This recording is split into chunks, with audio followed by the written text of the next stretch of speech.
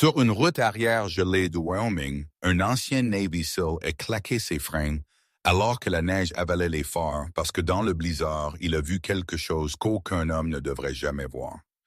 Une mère bergère allemande s'est effondrée dans la glace, 10 minuscules chiots gelés sur leur dos, leur vie s'estompant avec chaque flocon tombant. Si ce moment a touché votre cœur, prenez une seconde pour taper un main dans les commentaires et envoyer une prière d'espoir pour des vies qui ont refusé d'abandonner, même dans les tempêtes les plus froides.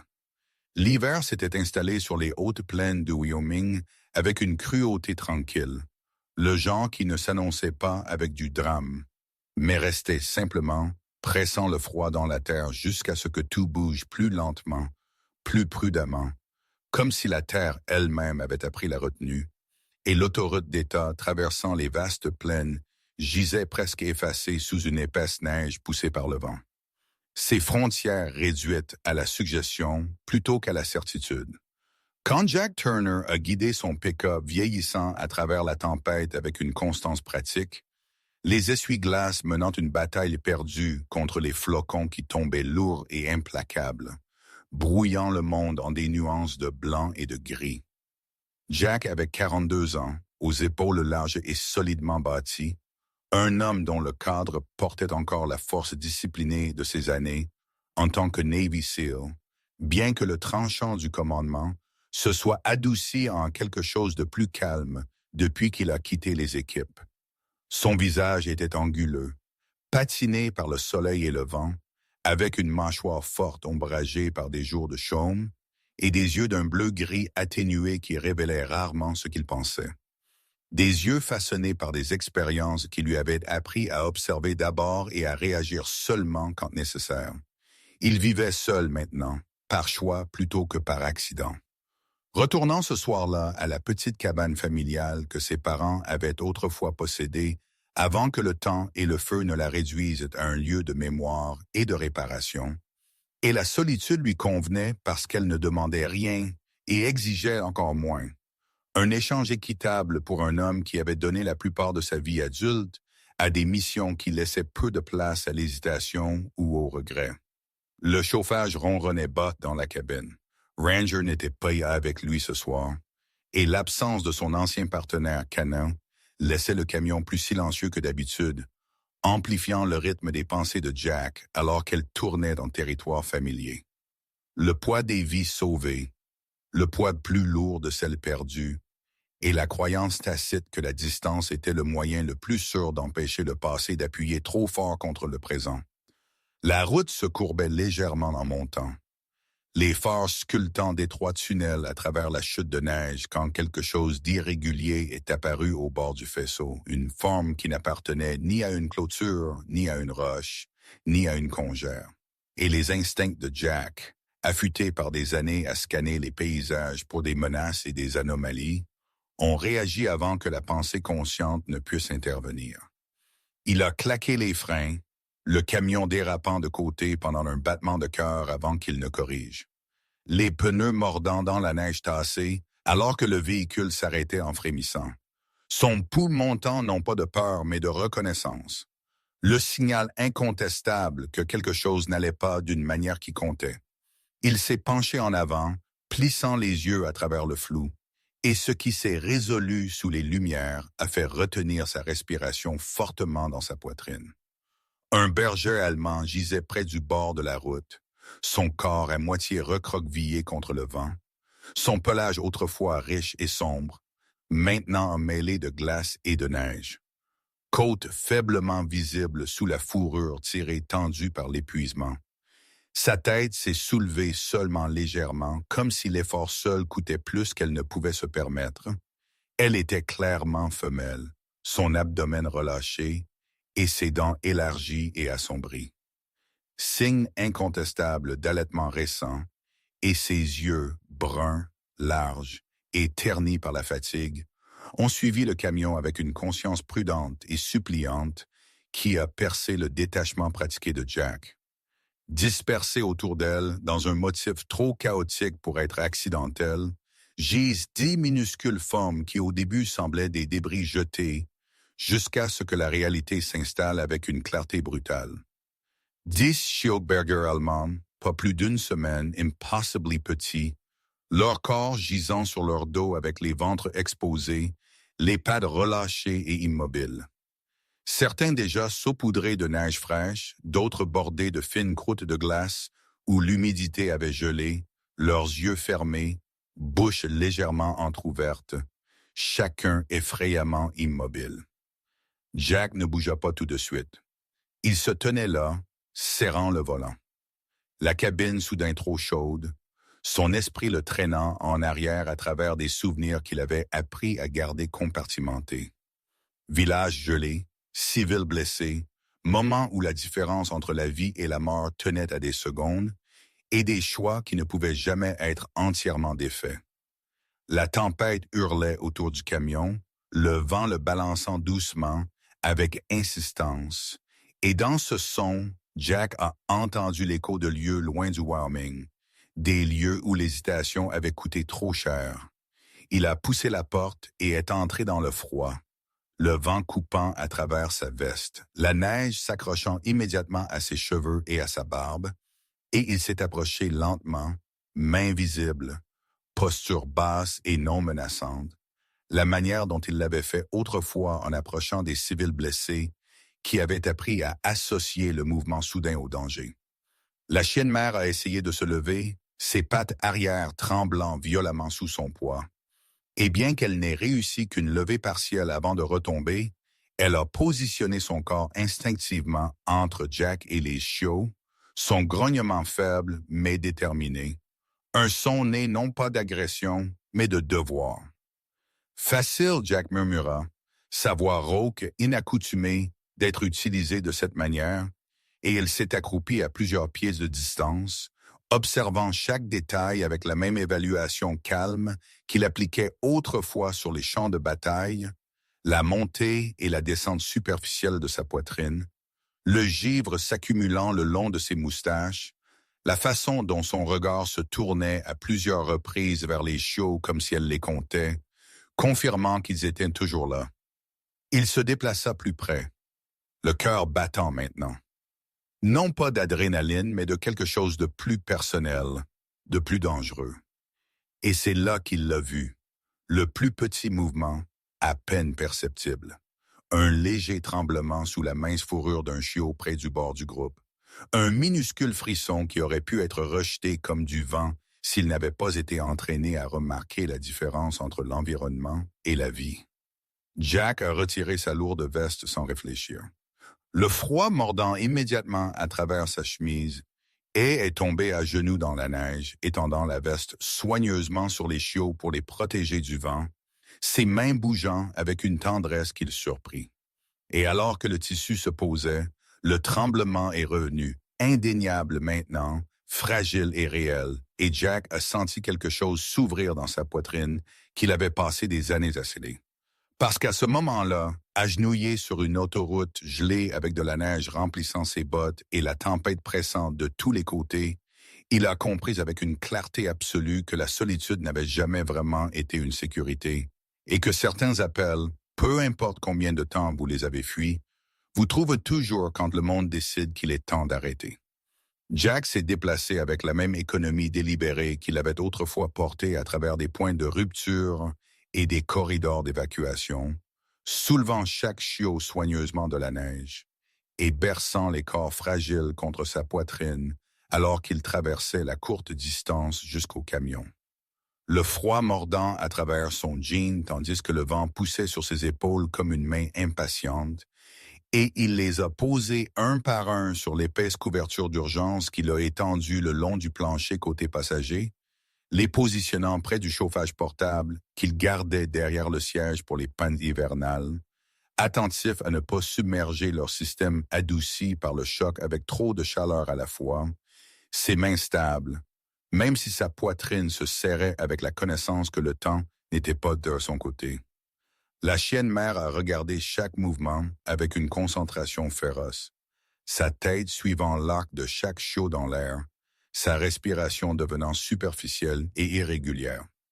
Et quand Jack est revenu pour le dernier, Elle a tenté de se relever à nouveau, l'arrière-train tremblant violemment sous elle, les griffes grattant inutilement contre la glace avant qu'elle ne retombe avec un son brisé et calme qui coupait plus profondément que n'importe quel cri. Il s'est agenouillé à côté d'elle, la neige s'imprégnant à travers les genoux de son jean, et a pris en compte les détails qui importaient. Les coussinets crus de ses pattes, craquelés et saignant par endroits, le léger tremblement courant le long de ses flancs, la façon dont ses yeux ne quittaient jamais la porte ouverte du camion, où ses chiots gisaient maintenant empaquetés ensemble comme un seul battement de cœur fragile. « Tu n'as plus besoin d'être forte, » dit-il doucement, les mots s'échappant avant qu'il ne réalise qu'il parlait. Sa voix basse et égale, le ton qu'il utilisait autrefois, avec des coéquipiers blessés qui avaient atteint la fin de leur propre réserve, et quelque chose dans la posture de la chienne a changé, son grognement s'est estompé en un souffle haletant, alors qu'elle lui permettait de glisser ses bras sous sa poitrine et ses hanches. Elle était plus lourde qu'elle n'en avait l'air, tout muscle et os et le poids de la responsabilité. Et Jack l'a senti se raidir contre lui avant de céder, sa tête reposant brièvement contre son épaule alors qu'il la portait au camion, un moment de confiance qui le frappa avec une force inattendue. À l'intérieur de la cabine, l'air était plus chaud, ronronnant avec l'effort silencieux du chauffage, et Jack l'a arrangée soigneusement sur le siège arrière, l'inclinant afin qu'elle puisse voir les chiots, son corps se recroquevillant de manière protectrice, même dans l'épuisement. Et seulement alors il a fermé la porte et est revenu du côté conducteur, les mains tremblant légèrement, alors qu'il montait et s'asseyait un instant, respirant à travers la poussée d'adrénaline qui n'avait nulle part où aller. Il a ramené le camion sur la route lentement, les feux de détresse clignotant à travers la neige, et a tendu la main vers son téléphone, les doigts raidis par le froid, alors qu'il composait le numéro qu'il avait mémorisé il y a des années pour la petite clinique vétérinaire d'Elk Ridge. Un endroit géré par des gens qui comprenaient l'hiver et ses coups. L'appel a sonné une fois, 2 fois, puis a été coupé et il a réessayé, la mâchoire se serrant alors que la tempête mâchait le signal, chaque tentative échouée renforçant ce qu'il savait déjà. Les cols étaient fermés, les routes bloquées, et quoi qu'il arrive ensuite serait décidé à sa cabane, pas une clinique. Le trajet semblait plus long qu'il y a 1 heure, chaque mile s'étirant sous le poids de ce qu'il portait. Et alors que le camion montait vers les contreforts, où la cabane se nichait parmi des bosquets de pins sculptés par le vent, les pensées de Jack se sont tournées vers l'intérieur, malgré ses efforts pour les garder concentrés sur la route. Il a pensé à la croyance à laquelle il s'était accroché depuis qu'il avait quitté les équipes, que la distance était une forme de protection, que vivre seul signifiait moins de variables, moins de chances d'échouer quelqu'un quand cela comptait de plus, et l'ironie de cette croyance pressait fort contre ses côtes maintenant, alors qu'il écoutait les faibles sons derrière lui, les doux couinements et les souffles laborieux qui lui disaient qu'au moins un chiot se battait encore. La cabane est apparue à la vue enfin. Une structure basse et patinée, accroupie contre la pente comme un animal bâti pour l'endurance plutôt que le confort. De la fumée montant finement de la cheminée où une flamme pilote brûlait encore, et Jack s'est approché, coupant le moteur pendant que le vent continuait à rugir autour d'eux, implacable et insouciant. Il a ouvert la porte et est sorti, le chevalier l'avalant entier un instant, avant qu'il ne se retourne vers le camion, bougeant rapidement maintenant, enterrant les chiots à l'intérieur d'abord, et les posant sur des serviettes qu'il a étendues près du foyer, les faisant tourner doucement, frottant leur minuscule poitrine avec une pression attentive pour stimuler la respiration. Les compétences lui revenant non pas comme mémoire mais comme instinct, quelque chose appris trop profondément pour oublier. La chienne mère a suivi du mieux qu'elle a pu, soutenue par le bras de Jack, et quand elle s'est effondrée sur le sol de la cabane à portée de ses chiots, elle a laissé échapper un long souffle frissonnant qui semblait la vider de tout ce qu'elle avait tenu ensemble. Jack a attisé le feu, ajusté le chauffage et a travaillé sans pause, vérifiant les gencives, comptant les respirations, murmurant des encouragements qui étaient autant pour lui-même que pour les vies devant lui, jusqu'à ce qu'enfin il se permette de s'asseoir sur ses talons. La pièce calme sauf pour le crépitement du bois brûlant et la tempête battant les murs. Dehors, le vent hurlait plus fort, faisant claquer la porte, et Jack a senti le poids de la nuit s'installer, lourd et inévitable, parce qu'il comprenait maintenant que ce n'était pas un sauvetage mesuré en minutes, mais une veillée qui durerait jusqu'au matin. Et alors qu'il regardait les petites formes fragiles rassemblées dans la lumière du feu, et la mère épuisée le regardant avec des yeux fatigués et immobiles, il a accepté ce qu'il avait évité pendant des années. Certaines batailles ne se terminent pas quand les tirs s'arrêtent, et certaines nuits sont destinées à être affrontées et veillées, avec votre main stable et votre cœur pleinement présent. Parce que laisser quelqu'un derrière était un luxe qu'il n'avait plus. La nuit s'étirait fine et implacable autour de la cabane. La tempête dehors s'installant dans un rythme constant et punitif qui pressait la neige contre les fenêtres et faisait grincer les poutres comme si la maison elle-même respirait à travers des dents serrées.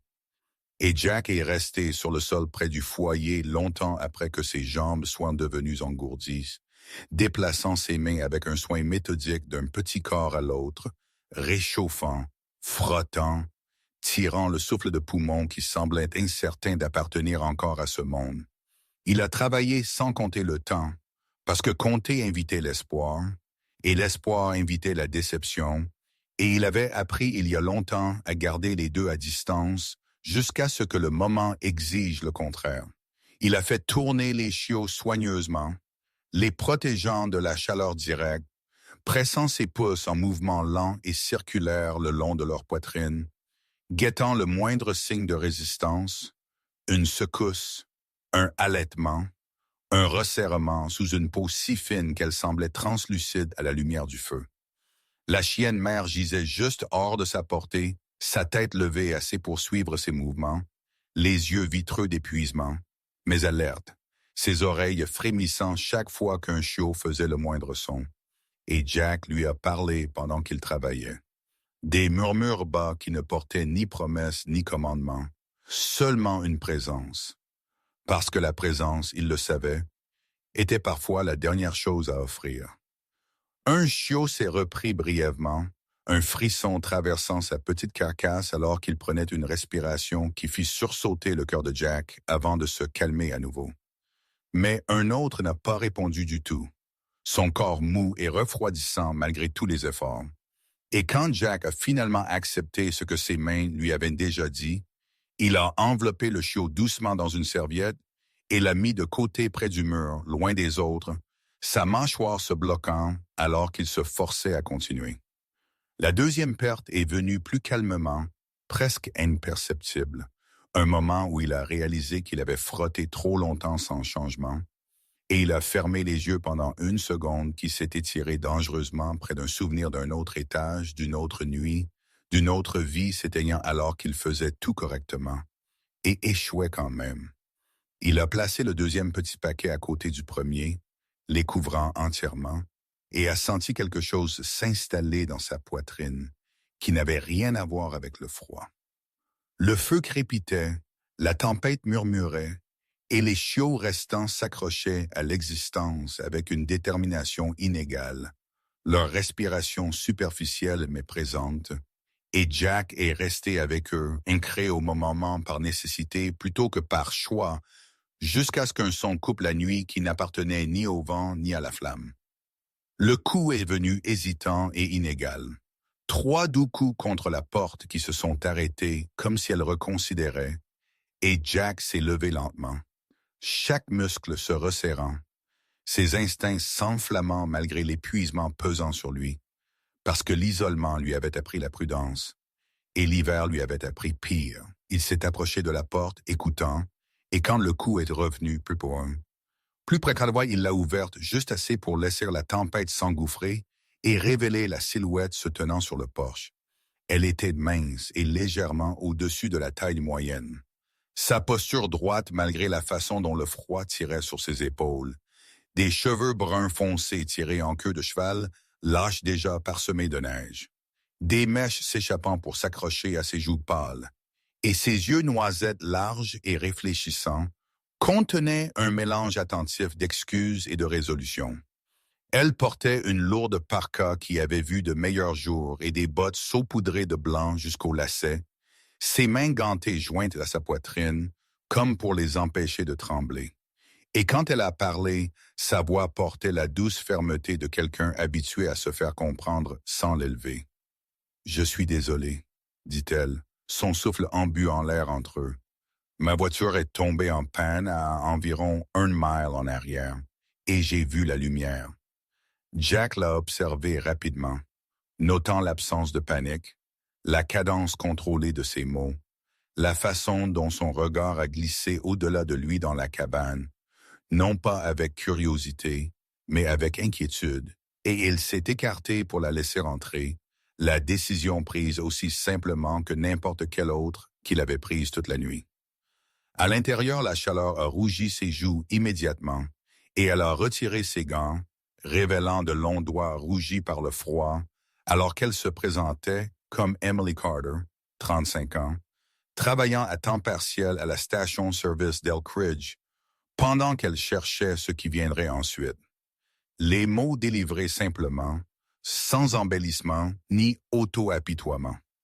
Le visage d'Emily était doux mais marqué par quelque chose qui se situait plus profondément que la fatigue. Sa peau claire avec une légère dispersion de taches de rousseur sur l'arête de son nez. Sa bouche posée d'une manière qui suggérait qu'elle souriait plus facilement pour les autres que pour elle-même. Et quand elle a jeté un coup d'œil vers le foyer et a vu les chiots blottis ensemble, son souffle s'est coupé audiblement, son calme se fissurant juste assez pour laisser la vérité transparaître.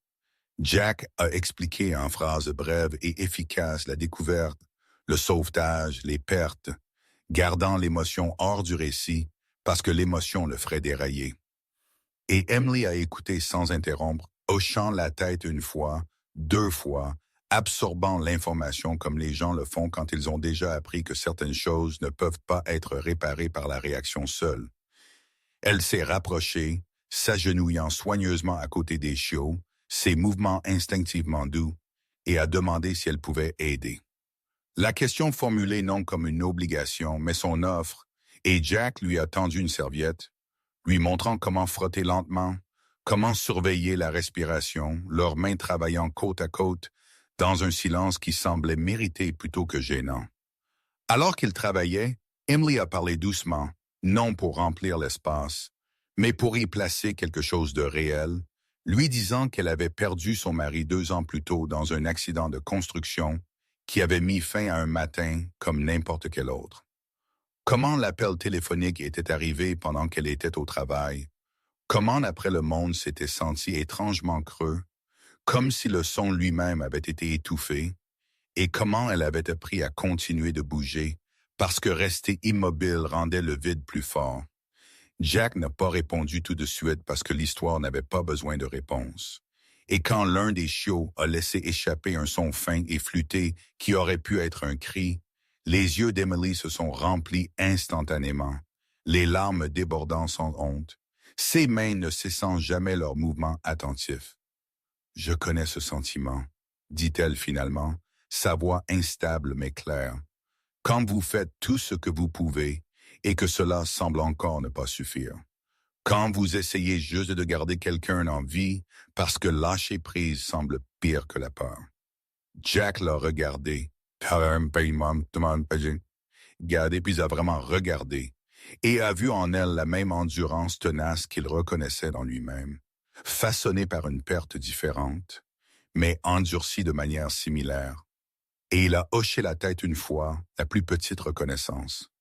Alors que le feu brûlait bas et que la tempête continuait son assaut patient, ils sont restés comme ça.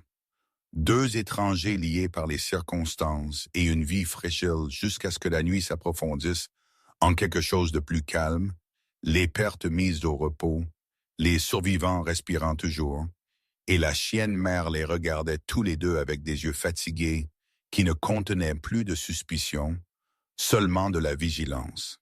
Et quand Emily a finalement essuyé ses joues et a rencontré le regard de Jack, il n'y avait pas de question, seulement de la compréhension. Le genre qui n'a pas besoin d'être expliqué. La nuit n'a pas relâché sa prise sur la cabane, mais elle a changé de caractère. Le vent dehors passant de rafales violentes à un long gémissement implacable qui pressait contre les murs et s'infiltrait dans les espaces entre les pensées. Et à l'intérieur, le feu brûlait plus bas et plus régulièrement, projetant une lueur ambre atténuée sur la pièce où Jack restait assis sur le sol, son dos contre le bois brut du foyer. Oui. Les yeux ouverts malgré la douleur derrière eux qui le prévenaient que le sommeil ne viendrait pas. Il avait arrêté de vérifier l'horloge des heures plus tôt parce que le temps s'était réduit à ce qui importait. Le rythme superficiel de la respiration dans la petite pile de couverture près du feu et les mouvements lents et délibérés de la chienne mère alors qu'elle s'agitait. Elle a levé la tête d'abord, les oreilles très sautantes, comme si elle s'orientait vers un monde qui était devenu silencieux sans sa permission. Et quand elle a déplacé son poids, Jack a senti ses muscles se tendre instinctivement, prêts à la stabiliser si elle chancelait. Mais elle a géré le mouvement seule, tirant ses pattes sous elle avec un effort visible. Son plage, encore raide de neige fondue et de glace séchant, s'est hérissé le long de sa colonne vertébrale, alors qu'elle se penchait en avant, et un par un, elle a abaissé sa tête vers les chiots, léchant leur museau avec des coups attentifs et révérencieux, s'arrêtant après chaque toucher comme si elle les comptait, confirmant leur présence par le goût et l'odeur. Jack a regardé en silence, quelque chose de lourd se desserrant dans sa poitrine, alors qu'il voyait le plus petit des chiots survivants se tortiller faiblement sous son attention, un son s'en échappant qui était plus souffle que voix, et il s'est permis, pour la première fois depuis que le sauvetage avait commencé, de croire que la survie n'était plus théorique. Il est resté là où il était, ne voulant pas déranger l'équilibre fragile de la pièce, les lignes de son visage tirées et creusées par l'épuisement, ses épaules toujours larges et capables, mais s'affaissant maintenant sous le poids accumulé d'une vie passée à tenir les autres ensemble. Emily s'est assise en face de lui sur le bamba près du mur. Sa parka déposée est remplacée par l'une des vieilles chemises en flanelle de Jack, trop grande pour sa silhouette élancée et mais chaude, les manches retroussées pour révéler des avant-bras légèrement marqués par l'ancien soleil et le froid plus récent, et elle tenait une tasse entre ses mains comme si elle s'ancrait à sa chaleur. Dans les heures plus calmes, elle parlait davantage. Sa voix bassait décrivant le mariage dans lequel elle était entrée jeune et pleine d'espoir, la façon dont son mari, Daniel Carter, avait été grand et doux, avec des cheveux sables qui refusaient de rester plats et un rire qui remplissait les pièces avant que l'accident ne les vide. Elle a parlé à Jack du chantier en dehors de Cheyenne, de l'équipement défectueux, de l'appel qui est arrivé trop tôt dans la journée pour n'être que de mauvaises nouvelles, et comment après elle avait appris l'étrange compétence de naviguer dans un monde qui continuait de bouger quand le sien s'était arrêté, travaillant des corps à la station-service, parce que la routine était plus facile que le choix, parce que la familiarité posait moins de questions. Elle n'a pas pleuré en parlant, son chagrin poli par la répétition. Mais quand elle a mentionné le calme de la maison, qu'il n'avait jamais rempli d'enfants, ses doigts se sont serrés autour de la tasse, et Jack a vu la tension onduler le long de ses bras, a vu la façon dont sa mâchoire était posée, non pas de colère, mais d'endurance, et il l'a reconnu immédiatement. Quand elle a fini, les mots s'installant comme de la poussière entre eux, Jack s'est retrouvé à parler sans le vouloir, sa voix rendue rauque par l'inutilisation et l'heure, lui racontant des lieux qu'elle ne verrait jamais et des noms qu'elle ne connaîtrait jamais, des nuits où l'extraction venait trop tard et des matins où elle venait trop tôt. Sur le fait d'apprendre à porter la perte comme une fonction plutôt qu'un sentiment parce que les sentiments interféraient avec la fonction, et comment cette habitude l'avait suivi chez lui longtemps après que l'uniforme soit parti. Il n'a pas décrit le sang ou le chaos, seulement les conséquences, le silence qui suivait les décisions prises sous pression, les visages qui revenaient sans invitation dans l'obscurité, et la raison pour laquelle il avait choisi une cabane loin de la ville, parce que l'isolement se sentait plus sûr que la proximité, quand la proximité portait l'attente. Emily a écouté comme elle l'avait fait plus tôt, sans interruption ni jugement, ses yeux noisettes fixes sur les siens, et quand il est tombé silencieux, elle a hoché la tête une fois, non pas pour être d'accord, mais pour reconnaître un geste simple qui lui disait qu'elle comprenait le coup d'être le fort.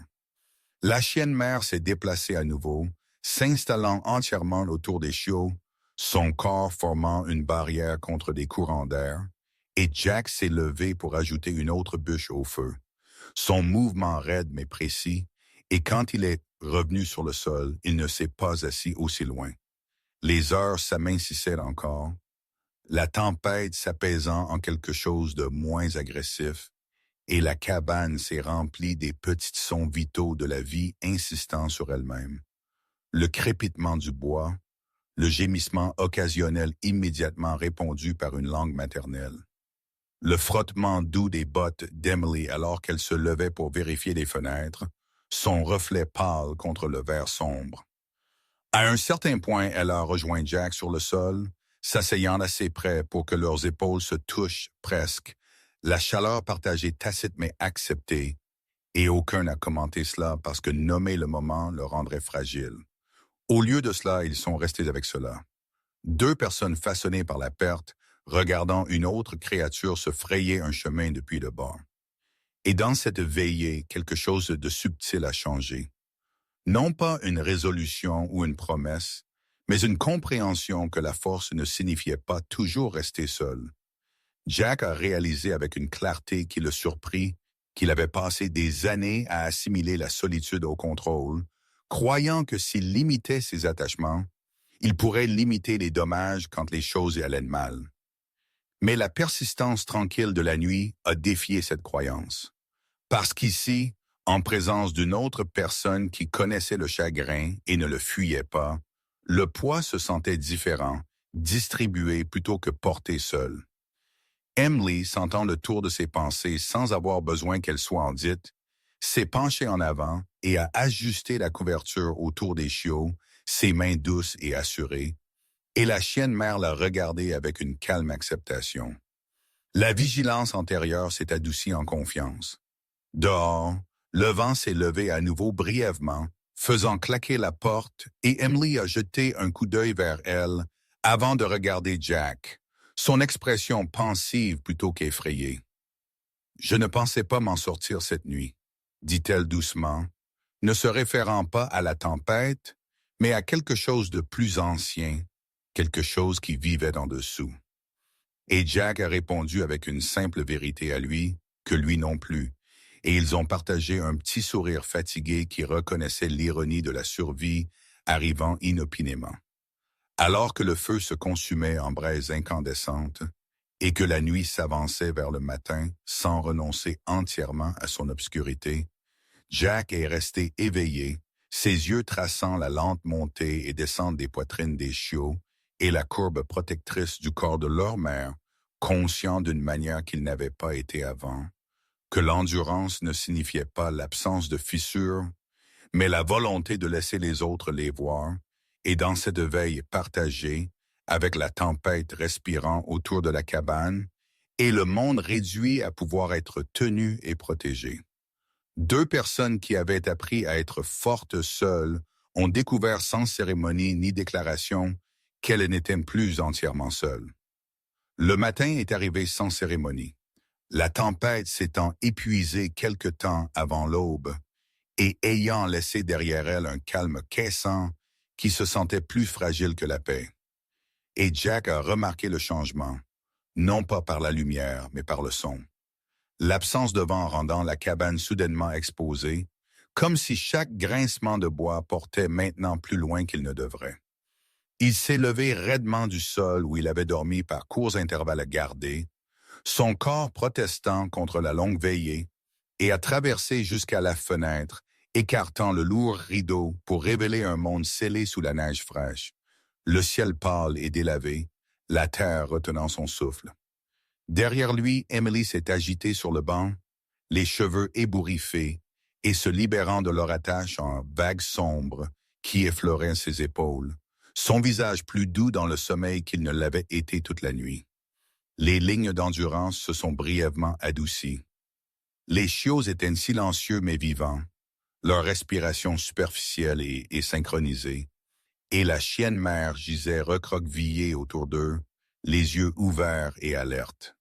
Maintenant traquant le mouvement de Jack avec une concentration qui parlait de récupération plutôt que d'effondrement, il s'est agenouillé à côté d'elle pour vérifier les chiots à nouveau, content, évaluant, rassuré par la chaleur, là où il y avait eu autrefois du froid, et alors qu'il déplaçait la couverture pour inspecter son ventre et son arrière-train plus attentivement, il a vu ce qu'il avait manqué dans l'obscurité, une série d'abrasions brutes, cicatrisées, encerclant son torse juste derrière les côtes, faible, mais indéniable, le genre laissé par une corde ou un fil serré puis retiré. Sa mâchoire s'est serrée alors que la reconnaissance s'installait, les pièces s'alignant avec une clarté qui ne laissait aucune place au doute. Ce n'était pas une mère qui s'était égarée trop loin dans une tempête. Elle avait été retenue, confinée, puis abandonnée. Il a tracé les marques avec ses yeux seulement, attentif à ne pas toucher, et a remarqué des signes additionnels qui le confirmaient. L'usure inégale sur son pelage, les coussinets cueilleux qui suggéraient des allers-retours dans un petit espace, la façon gardée dont elle bougeait quand il se déplaçait trop vite. Confiance présente mais conditionnelle. Emily la rejoint tranquillement, s'accroupissant de l'autre côté, sa posture attentive, ses yeux noisettes se rétrécissant alors qu'elle observait les mêmes détails. Et quand Jack a expliqué ce qu'il voyait, elle a hoché la tête lentement, sa bouche se serrant, non pas de surprise mais de colère, soigneusement contenue. Les gens jettent les chiens ici quand les choses deviennent difficiles, dit-elle, voix basse et régulière. Surtout avant les tempêtes, comme si le temps ferait l'oubli pour eux. La pensée s'est installée lourdement entre eux, l'image des chiots laissés exposés alors que le blizzard arrivait, et Jack a senti quelque chose en lui se durcir, une pression familière derrière le sternum qui n'avait rien à voir avec le chagrin et tout à voir avec la responsabilité. Emily a suggéré d'appeler le réseau de sauvetage avec lequel elle se portait volontaire occasionnellement. Une coalition lâche de foyers d'accueil et de chauffeurs de transport étendus à travers le comté, et elle s'est déplacée pour récupérer son téléphone. Ses gestes pratiques, efficaces, les habitudes de quelqu'un qui avait appris à répondre plutôt qu'à réagir. Jack a hésité, la pose petite mais chargée, et il s'est surpris à ne rien dire au début. Parce que l'idée de mettre les chiens, de prendre du recul maintenant que la crise immédiate était passée, lui semblait fausse d'une manière qu'il ne pouvait pas encore articuler. Il s'est dit que c'était une question de continuité des soins, de minimisation du stress, de donner à la mère et aux chiots la meilleure chance. Mais sous le raisonnement se cachait une vérité plus simple. Il avait commencé à s'attacher, et l'attachement comportait un risque qu'il avait passé des années à éviter. Emily l'a regardé réfléchir, lisant le conflit sans le presser, et a plutôt suggéré un compromis, qu'il fasse les appels et recueillant des informations sans s'engager sur un résultat. Une solution qui respectait à la fois l'urgence et l'incertitude. Alors qu'elle sortait pour vérifier le signal, son souffle soufflant blanc contre le froid, Jack est resté avec les chiens, ajoutant de l'eau à une casserole pour chauffer, préparant une fine bouillie qu'il se souvenait de sauvetage passé, ses mains bougeant avec l'assurance de la répétition. La chienne mère a accepté l'offrande avec prudence, puis avec une confiance croissante, son appétit revenant par petits incréments, et Jack a ressenti une satisfaction tranquille dans la petite victoire, le genre qui faisait rarement les gros titres, mais qui importait tout de même. Emily est revenue avec la nouvelle que les routes étaient encore marginales mais s'amélioraient, qu'une coordinatrice de sauvetage nommée Linda Morales pourrait organiser le transport dans l'après-midi si le temps tenait, décrivant Linda comme une femme trapue d'une cinquantaine d'années, avec des cheveux gris faire couper court et une voix qui ne tolérait aucune bêtise, quelqu'un qui avait vu assez de négligence pour remplacer l'indignation par l'action. Jack a écouté, hochant la tête, stockant l'information sans répondre immédiatement. Et quand Emily a demandé doucement ce qu'il pensait, il a répondu honnêtement qu'il ne savait pas encore que l'idée de lâcher prise semblait prématurée. Le matin s'est déroulé en tâches attentives, faisant tourner les couvertures, surveillant la température, autant de petits changements, et c'est pendant l'un de ces intervalles calmes que le chiot le plus faible, le plus petit des survivants, avec une fourrure plus claire que les autres, et un tremblement qui ne quittait jamais entièrement ses membres, s'est déplacé plus décisivement qu'avant.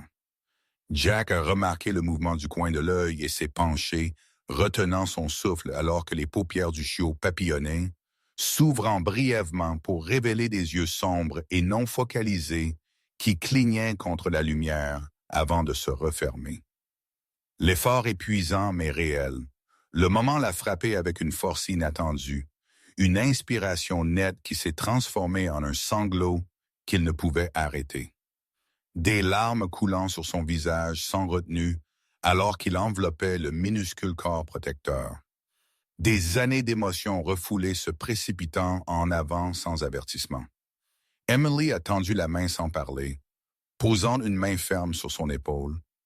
Son toucher ancrant plutôt qu'intrusif, et la chienne mère s'est rapprochée, son nez effleurant le poignet de Jack comme si elle reconnaissait son rôle dans le petit miracle.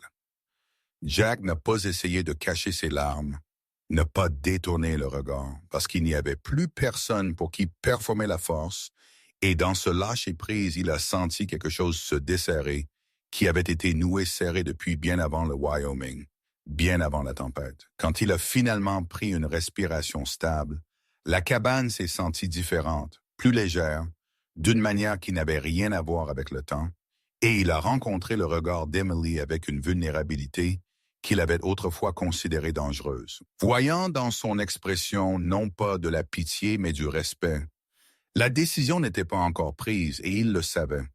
Mais l'axe avait changé, l'avenir n'étant plus abstrait, mais peuplé de vie qui dépendait de la présence plutôt que de la distance. Et alors que le chiot se rendormait, respirant régulièrement, Jack a compris que quoi qu'il arrive ensuite nécessiterait une version de lui-même qu'il avait presque oubliée, une version prête à risquer l'attachement. Parce que l'alternative s'était déjà avérée trop coûteuse.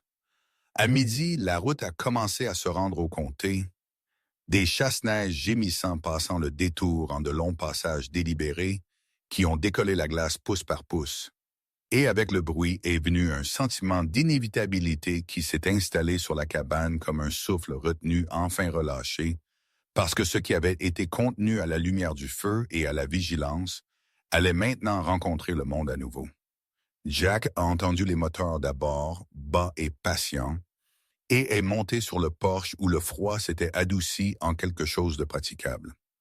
Le ciel, encore pâle mais plus menaçant, et a regardé un fourgon de sauvetage blanc s'engager dans la clairière, les pneus craquant à travers la neige tassée. Emily se tenait à côté de lui, ses cheveux attachés en arrière à nouveau, les joues roses du froid, sa posture composée à la manière de quelqu'un se préparant à un changement nécessaire.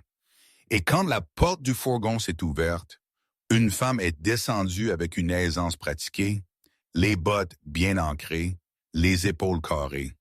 Linda Morales correspondait exactement à la description d'Emily, compacte et robuste, avec des cheveux gris fer coupés courts et des yeux qui ne manquaient rien.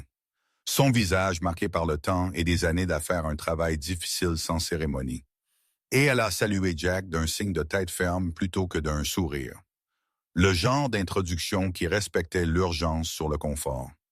2 bénévoles l'ont suivi, plus jeunes, émitouflés et silencieux, se déplaçant avec déférence alors que Linda écoutait, absorbant le bref récit de Jack sans interruption, s'accroupissant pour examiner les chiens avec des mains efficaces qui communiquait la compétence aussi clairement que n'importe quelle qualification.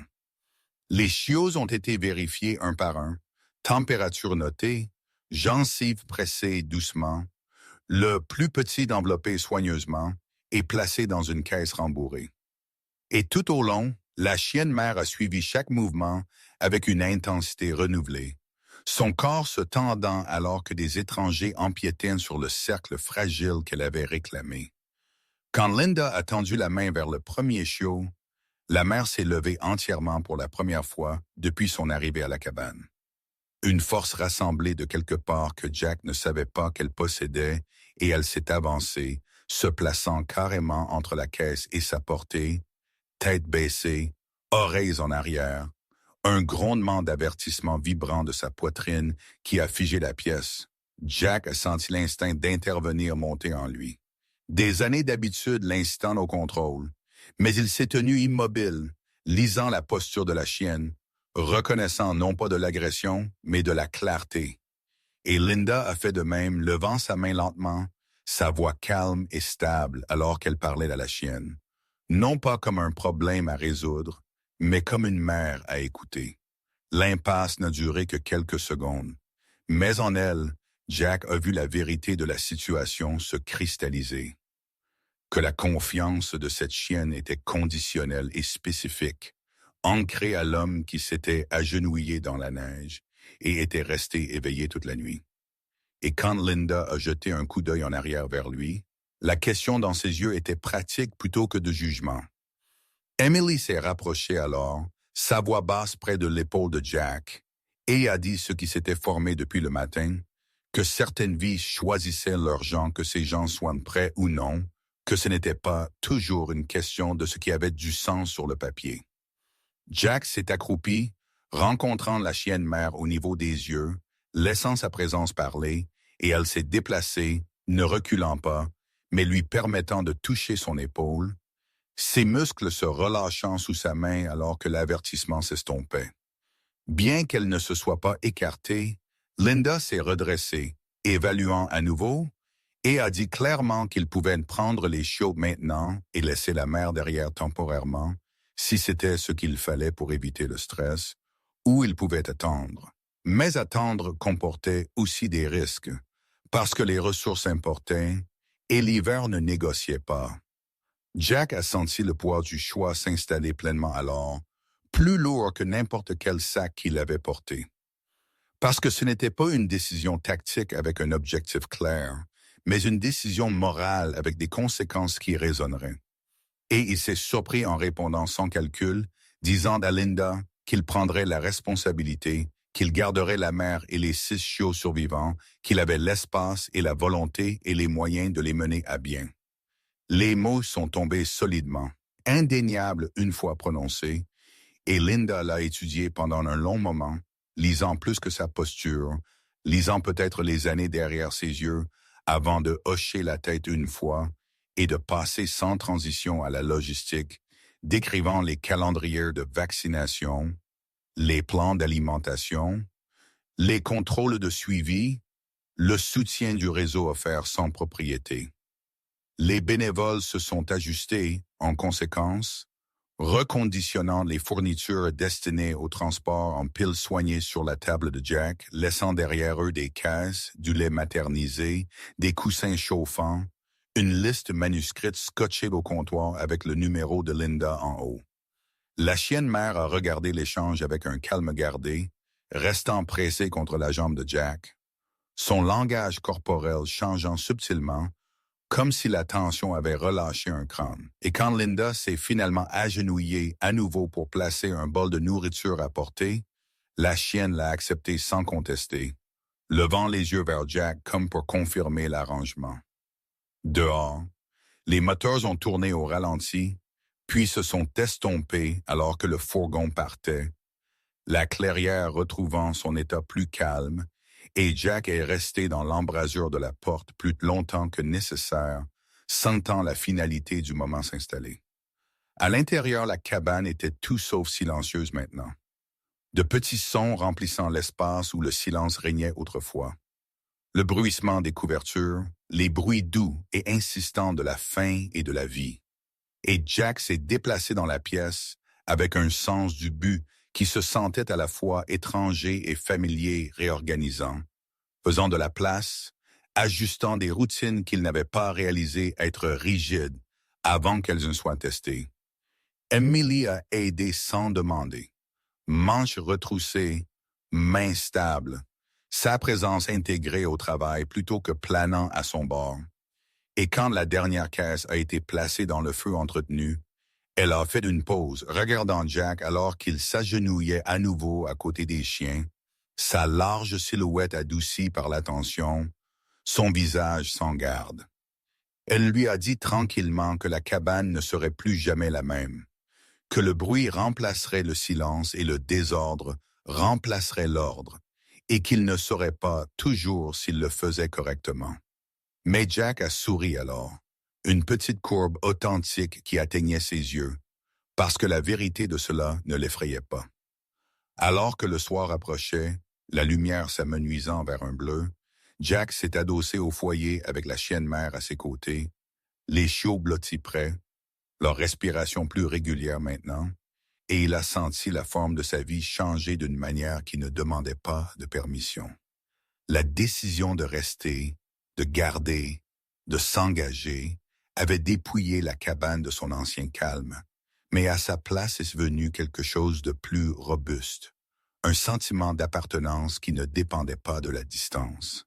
Et alors qu'Emily se préparait à sortir pour vérifier sa voiture maintenant que la route était praticable, elle a regardé en arrière une fois de plus, son expression chaleureuse et compréhensive. Jack n'a pas suivi son regard. Il était déjà là où il avait besoin d'être, les mains reposant légèrement sur le poids vivant à ses côtés, comprenant enfin que choisir de rester n'était pas la fin de sa solitude, mais sa transformation en quelque chose qu'il pouvait porter sans être seul. Le printemps n'est pas arrivé tout d'un coup dans les contreforces du Wyoming. Il est venu avec prudence dans une mince lumière du jour qui s'attardait quelques minutes de plus chaque matin, et dans la neige qui s'adoucissait plutôt que de disparaître, rendant le sol glissant et indulgent au lieu de dur et hostile. Et Jack a remarqué le changement, non pas dans le calendrier, mais dans le son, la façon dont les matins ne commençaient plus en silence, mais avec de petits bruits insistants qui exigeaient de l'attention. Les chiots se sont réveillés les premiers, 6 voix inégales s'élevant du parc improvisé que Jack avait construit le long du mur sud de la cabane, leurs cris aigus et sérieux, suivis par le coup plus lourd de leur mère déplaçant son poids, alerte et présente, sa récupération maintenant évidente dans la posture plus stable de sa position, et la brillance renouvelée commençant à revenir à son pelage. Jack s'est levé avec eux, les épaules, s'éclaircit la gorge raide mais déterminée, enfilant des bottes de travail qui portaient encore les éraflures de l'hiver, ses cheveux foncés striés de gris précoce aux tempes, et sa barbe gardée courte par habitude plutôt que par style. Son visage s'installant chaque matin dans un foyer qui se sentait moins comme un devoir et plus comme un choix. Il a passé ses jours à réparer ce que la cabane avait longtemps enduré sans se plaindre, remplaçant des planches déformées sur le porche, scellant des brèches où le vent s'engouffrait autrefois sans contrôle, et construisant un abri approprié pour les chiens juste au-delà de la lisière des arbres, une structure basse avec des murs renforcés et une litière profonde conçue non pour le confinement, mais la sécurité. Ses mains bougeant avec la confiance de quelqu'un habitué à résoudre des problèmes pratiques dans des conditions moins indulgentes. Les chiens ont suivi ses progrès de près, les chiots dégringolant maladroitement dans la neige fondante, tandis que leur mère regardait de loin, ses oreilles suivant chaque son, sa confiance en Jack maintenant incontestée, mais sa vigilance intacte. Et Jack s'est retrouvé à leur parler sans s'en rendre compte, narrant son travail, offrant des réconforts, la cadence de sa voix s'adoucissant en quelque chose de plus chaud que les ordres qu'il aboyait autrefois à travers un terrain ouvert. Les visites d'Emily sont devenues un rythme régulier. D'abord hésitante, puis assumée, sa voiture maintenant réparée, et sa vie se réorganisant lentement autour d'un nouveau centre de gravité, et elle est arrivée un matin avec des boîtes empilées sur le siège arrière, expliquant avec un petit sourire gêné qu'elle avait pris une location à court terme dans la ville voisine, assez proche pour aider, assez loin pour respirer. Elle avait l'air différente maintenant. La tension qui vivait autrefois autour de ses yeux s'est apaisée. Ses cheveux bruns foncés portés l'âge plus souvent, attrapant la lumière, sa silhouette toujours élancée, mais ne se repliant plus sur elle-même, et quand elle riait, cela venait plus facilement. Un son qui l'a surpris autant que Jack. Elle s'est naturellement mise au travail de soins, mesurant la nourriture, nettoyant la litière, prenant des notes attentives sur le poids et les progrès du chiot. Son attention précise mais douce, et le soir, elle préparait des repas qui remplissaient de la cabane d'odeur que Jack avait oublié lui manquer. Nourriture simple préparée avec patience plutôt qu'urgence. Ils sont tombés dans un partenariat tacite, divisant les tâches sans discussion, partageant l'espace sans tension. Et Jack a réalisé un après-midi, alors qu'il regardait Emily s'agenouiller dans la terre, apprenant à l'un des chiots à répondre à sa voix, que la cabane ne se sentait plus comme un endroit où il se retirait, mais un endroit qui le retenait. La ville s'est rapprochée de petites manières aussi. Un commis de quincaillerie nommé Tom Willis, large et au visage rubicond, avec une moustache en morse d'une manière facile, offrant des conseils et des clous de rechange sans poser de questions. Un livreur déposant des fournitures et s'arrêtant pour admirer les chiens avec un sourire qui parlait d'approbation plutôt que de curiosité. Et Jack a accepté ces interactions avec prudence, mais sans résistance, apprenant que la connexion n'exigeait pas toujours d'explication. Les soirées s'étiraient plus longtemps maintenant, la lumière s'adoucissant dans nord avant de céder au bleu, et Jack se retrouvait souvent assis sur les marches du porche avec la chienne mère à ses côtés, sa tête reposant brièvement contre son genou, comme si elle testait le geste, tandis qu'Emily se tenait à proximité, les bras croisés lâchement, regardant la terre s'installer en elle-même. Elle a parlé une nuit de ses projets, de prendre un emploi plus stable à la bibliothèque de la ville, de trouver un appartement qui se sentait moins temporaire, sa voix pensive plutôt qu'incertaine, et Jack a écouté sans interrompre, conscient du poids que de telles décisions portaient.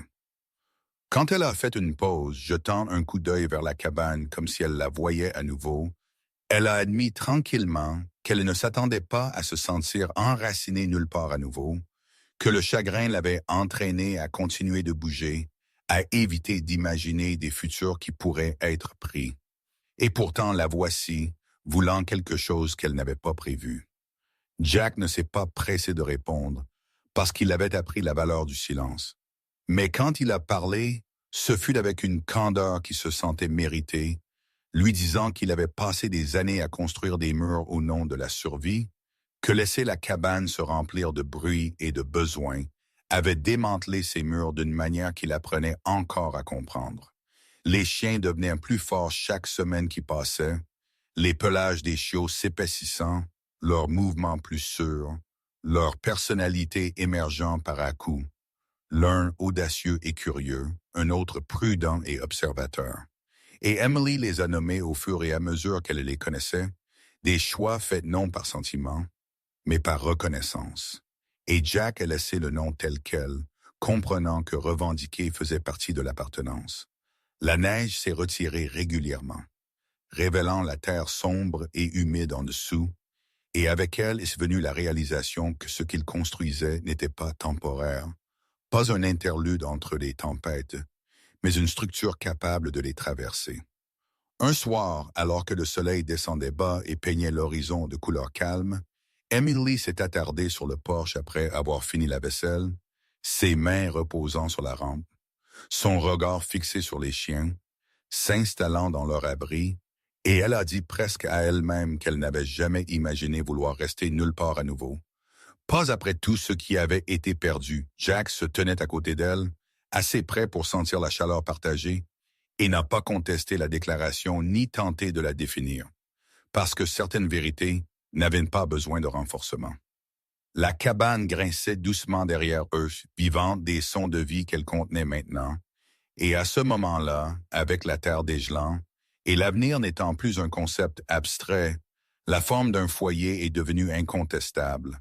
Non pas parce qu'il était complet, mais parce qu'il était choisi. Le printemps est arrivé sans fanfare, non pas comme un point tournant unique, mais comme une séquence de petites permissions accordées par la terre, le gel se retirant des coins ombragés, l'air perdant son tranchant. Et la cour autour de la cabane s'éveillant en couleur si doucement que Jack ne l'a remarqué que lorsque le sol ne résistait plus à ses bottes et que la lumière du matin portait de la chaleur au lieu d'un avertissement. Les chiots furent les premiers à le célébrer.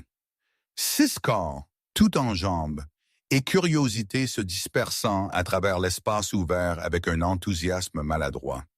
Leur pelage épais et propre maintenant, les yeux brillants, les voix fortes d'une manière qui l'aurait agacé autrefois, et le faisait maintenant faire une pause, souriant malgré lui.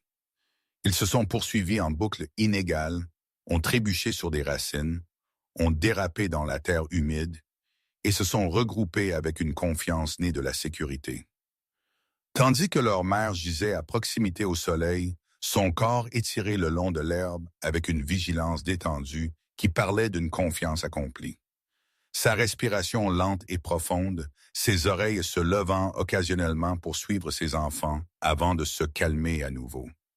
Jack se tenait au bord du porche, les bras croisés lâchement, sa posture facile d'une manière qu'elle n'avait pas été depuis des années, son visage toujours anguleux et patiné, mais adouci maintenant par des lignes gagnées dans un labeur plus calme. La barbe de son menton tachetée de gris. Il ne se souciait plus de cacher et il a regardé la scène non pas comme un gardien en alerte, mais comme un témoin autorisé à être présent. Emily l'a rejoint un moment plus tard, portant 2 tasses qui fumaient légèrement dans la fraîcheur du matin.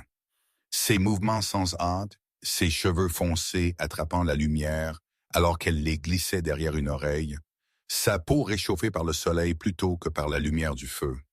La résilience fatiguée qui définissait autrefois son expression, remplacée par quelque chose de plus stable et ouvert. Elle s'était installée dans un rythme ici sans l'annoncer, avait trouvé un travail qui convenait à sa patience à la bibliothèque de la ville, avait fait qu'un petit appartement se sente moins comme une solution temporaire, et plus comme un endroit où elle revenait volontiers, et quand elle souriait maintenant, cela atteignait ses yeux sans effort. Le son de son rire, une note familière tissée dans la vie quotidienne de la cabane. Ils se sont assis côte à côte sur les marches du porche, assez proches pour partager la chaleur, mais sans se serrer, contents de la simple compagnie de l'observation. Les mouvements de la chienne traçant la forme d'un avenir qu'aucun n'avait essayé d'esquisser. La cabane elle-même portait les marques du changement. Des planches réparées et des joints scellés tenant fermement contre les éléments. L'abri des chiens se tenant solide au-delà des arbres, des fleurs commençant à pousser à travers le sol qu'Emily avait tourné avec des mains attentives, et Jack a ressenti une satisfaction tranquille dans la preuve du travail fait pour des raisons qui ne nécessitaient pas d'explication. Il a repensé à la nuit d'hiver qui avait mis tout cela en mouvement. Le choc des phares sur la neige, le poids des vies froides dans ses bras, et la façon dont sa compréhension de la solitude s'était fracturée sous la nécessité. Et il a reconnu maintenant que ce qu'il avait autrefois appelé distance n'était pas la paix, mais l'évitement, une stratégie qui le maintenait intact au coup de la connexion. Emily a parlé de petits projets sans les encadrer comme des promesses. Une visite de week-end d'une amie qui voulait voir les chiens, une réunion de club de lecture qu'elle envisageait d'organiser, la possibilité de planter plus de fleurs le long de la clôture. Sa voix calme et ancrée, et Jack a écouté sans se préparer à la perte, parce que l'acte d'écouter avait changé, non plus un prélude au départ, mais une forme de participation. La chienne mère s'est déplacée dans l'herbe, se roulant légèrement sur le côté pour exposer son ventre au soleil.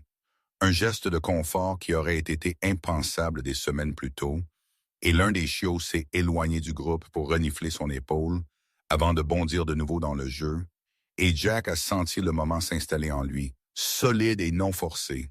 Il n'a pas parlé pendant un moment parce que les bons mots arrivaient souvent tard. Et quand il l'a finalement fait, sa voix ne portait ni drame ni déclaration, seulement de la reconnaissance. Alors qu'il regardait des chiens à Emily et a admis qu'il n'était pas sûr d'avoir sauvé qui que ce soit, que le sauvetage qu'il avait supposé être le sien à revendiquer s'était déroulé différemment que prévu. Emily s'est tournée vers lui alors, étudiant son visage avec l'attention qu'elle réservait aux vérités qui importaient, et n'a pas interrompu alors qu'il terminait la pensée qui s'était formée depuis la tempête, que peut-être c'était la présence de ses vies, leur insistance à être soignés et leur volonté de faire confiance, qu'il avait ramené à lui-même d'une manière qu'il n'avait pas su qu'il avait besoin. La déclaration a flotté entre eux, sans fioriture, et Emily a hoché la tête une fois, son accord implicite plutôt qu'énoncé, parce qu'elle comprenait l'échange. La façon dont donner et recevoir se brouillait souvent jusqu'à devenir indiscernable. La journée s'est étirée doucement, le soleil montant plus haut, les chiens se fatiguant et s'installant en amont lâche de sommeil, la mère se levant pour les vérifier avant de retourner à sa place dans la chaleur, et Jack n'a ressenti aucune envie de marquer le passage du temps ou de mesurer le progrès, content de laisser le moment exister selon ses propres termes. Quand le soir a approché, la lumière s'est inclinée bas à travers la cour, transformant la fourrure et l'herbe en or, et la cabane, autrefois un lieu de retraite, se tenait maintenant comme quelque chose de plus robuste, un centre plutôt qu'un bar. Jack est resté assis, alors que les chiens dérivaient vers le repos. L'épaule d'Emily chaude contre la sienne, et il s'est permis de reconnaître la simple vérité qui s'était formée depuis la première nuit, que le froid qu'il avait porté pendant des années n'avait pas disparu, mais avait été remplacé, tempéré par la responsabilité partagée et la joie tranquille, et que l'avenir ne nécessitait pas de certitude pour être accueilli. Il a regardé à nouveau les chiens, puis Emily, et a prononcé les mots qui se sentaient à la fois humiliants et complets. Que peut-être il n'avait pas été celui qui les avait sauvés après tout, que peut-être il l'avait sauvé, et l'admission est tombée doucement, acceptée sans cérémonie. La cabane derrière eux contenait les sons de vie qu'elle protégeait maintenant, et alors que la lumière s'estompait et que le soir s'installait, le sentiment de foyer était incontestable. Non pas parce qu'il était parfait ou promettait la permanence, mais parce qu'il était habité, choisi et chaud de manière qu'aucune saison ne pouvait enlever. Parfois, les miracles n'arrivent pas avec le tonnerre ou des anges dans le ciel. Parfois, ils viennent tranquillement, déguisés en responsabilité, compassion, ou un moment où vous choisissez de ne pas détourner le regard. Dieu travaille souvent à travers des gens ordinaires dans des endroits ordinaires, demandant seulement que nous nous arrêtions, remarquions et agissions avec amour.